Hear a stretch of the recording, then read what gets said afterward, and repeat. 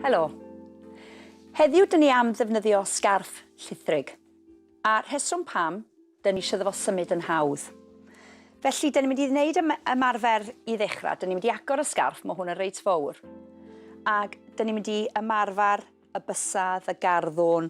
Mae'n siŵr fydd y sgwydda'n dod i fewn i chwarae hefyd. Felly, hefo 1 neu 2 law, dwi eisiau chi dynnu'r sgarff i fyny fesul, tynnu fo'ch bysedd, bys cynta, yr ail, y trydydd, bys bach, neu gnewch nhw gyd hefo'i gilydd. Mi fedrwch chi wneud o 1 ar y tro, cryfangu y bysedd, nes bod y sgarff i gyd o fewn un llaw. Mae defnyddio sgarff sydd yn llithrig yn gwneud symudiadau yn haws. Felly be fyswn i'n licio chi wneud fysa rhoi'r sgarff tu ôl i'ch cefn os fedrwch chi, ac yna symud y sgarff o un ochr i'r llall.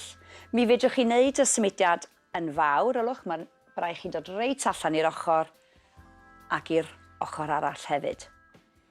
Mi fedrwch chi hefyd gwneud yr ymarfer tu ôl i'r cefn neu tu ôl i'r gwddw, os di'r sgwydda'n caniatáu chi godi eich braich i fyny, un ffordd fel yna, a rownd i'r ochr arall. So sbïwch eto, mae yna un braich yn dod rownd, dwi'n tynnu'r sgarff, mae'r braich arall yn dilyn, a rownd.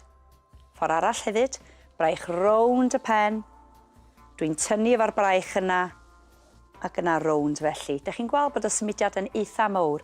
Rownd, tynnu, ac yna i lawr hefyd. Mi fedrwch chi hefyd defnyddio'r sgarff, wrth gwrs, i ystwytho'r sgwydda wrth codi breichau fyny, tu ôl i'r pen, ac i lawr. Ac os di'n anodd i chi, mi fedrwch chi jyst gwneud yr ymarfer yma. Dyn ni wedi gwneud o'r blaen, dwi'n siŵr.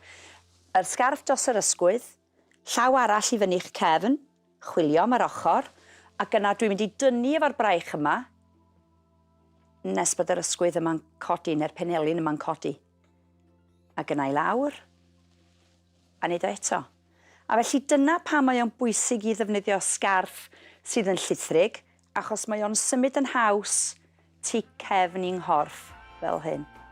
Ac yr ochr arall wrth gwrs, so mae'r sgarff yn mynd dros yr ysgwydd. Weithiau mae pobl yn mynd yn gymlath weithiau, pan mae pobl yn trio gweithio allan pa braich sydd yn mynd i lle.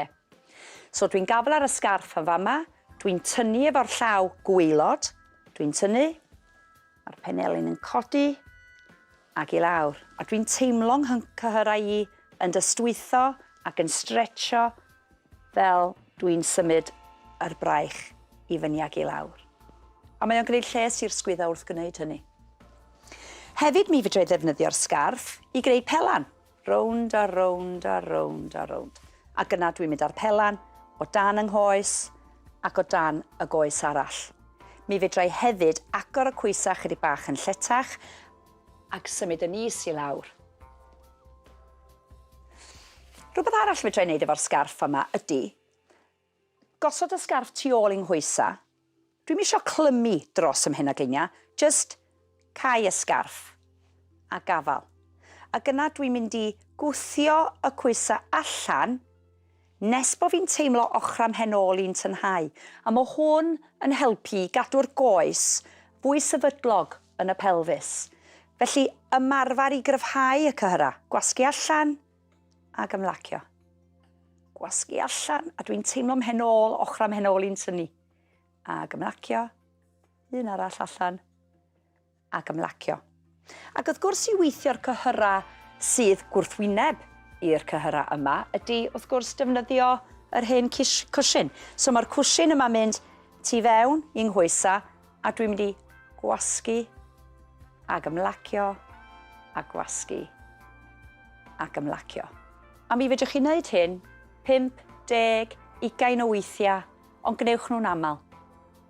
Gobeithio ydych chi wedi mwynhau gwneud yr ymarferion hefo fi heddiw yma. Hwyl!